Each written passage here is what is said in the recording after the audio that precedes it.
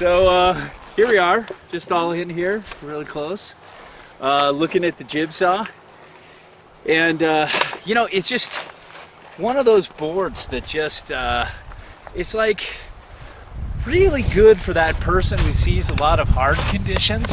It's got this real like nice medium flex almost between the feet, but then in the tip and tail, feels softer just maybe because of the rocker. After the binding, you can kind of see, if you look at this angle here, you know how it kind of rockers up. It's real buttery, playful. It's a lot more than the Jibsaw. It's a lot more than just a jib board. It's fun to lay out a decent carve. Nothing exceptional, but pretty good. And it's got, you know, that 5-point or whatever they call it, magnet traction that really has a good grip to it. It really just like, you can see these serrated edges here. It's mellowed out. It seems like it's mellower, and it really just holds a good edge, and it's just kind of a fun all-around ride. Quick edge to edge, buttery, playful. Same board every year, and every year it's like that board where you're like, gosh, this is really fun. It's great. It just feels like it's in the upper tier. It's not amazing, but it's just great. And I would say it would be amazing if you live in an area where it's really hard all the time.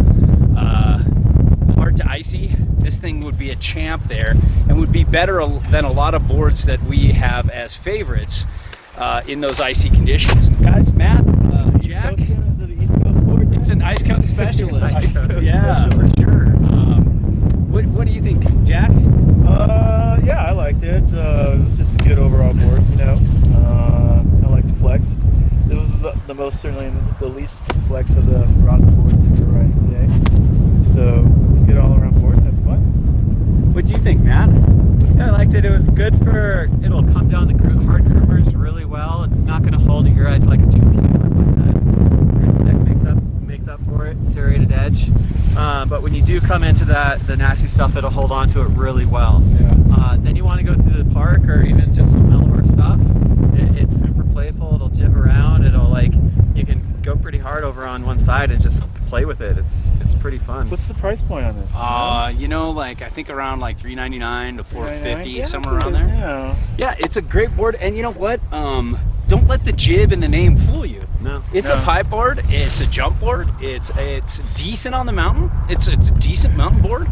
Mountain board. Yeah. And it can be a jib board. It's kind of like a do everything all around ride. And I find that it's a recommendable board, and it's something, especially if you see a little harder snow, I think would really work, even though it's only 5 points compared to some of those aggressive 7 points.